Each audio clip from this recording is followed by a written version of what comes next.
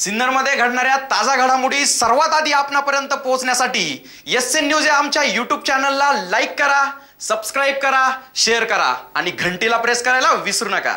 या बातमीपत्राचे प्रायोजक आहे घुंगरू इलेक्ट्रॉनिक्स। सत्यरतन, नाशिक वेस्ट, सिन्नर, नाशिक।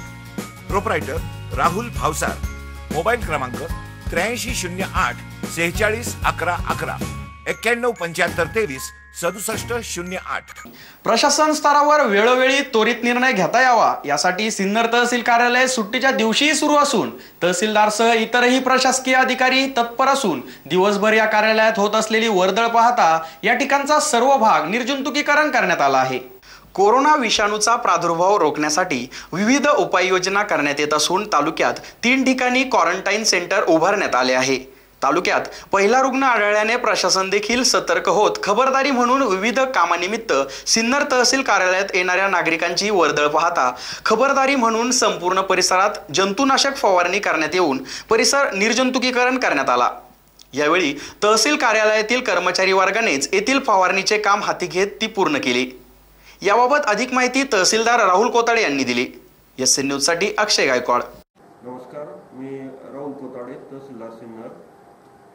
आताच आपण बघितलं की तहसील कार्यालयामध्ये जे संपर्कातल्या ज्या जागा आहेत, मग तो कार्यालयात येण्याचा दरवाजा असेल, अभ्यागतांची खुर्ची असेल किंवा मी बसण्याचा टेबल असेल, माझी खुर्ची असेल, या प्रत्येक जिथं जिथं आपला संपर्क येईल अशा प्रत्येक गोष्टीवर सोडियम हायपोक्लोराईड हे जे सरफेस डिसइन्फेक्टंट म्हणतो तर याची फवारणी करण्यात येत आहे। याच्यामुळे पुढे आपण जो आपला कोरोना विषाणूचा जो प्रादुर्भाव आहे त्याला प्रतिबंध करण्यासाठी या सर्व प्रकारच्या फवारणी करण्यात येत आहे।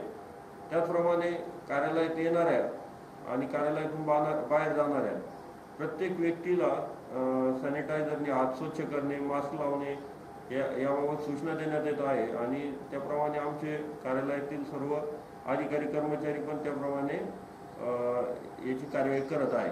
तरी आपल्या सर्व नागरिकांना विनंती आहे की आपणही विनाकारण कोणतंही अत्यावश्यक जीवनावश्यक कारण असल्याशिवाय घराच्या बाहेर पडू नये।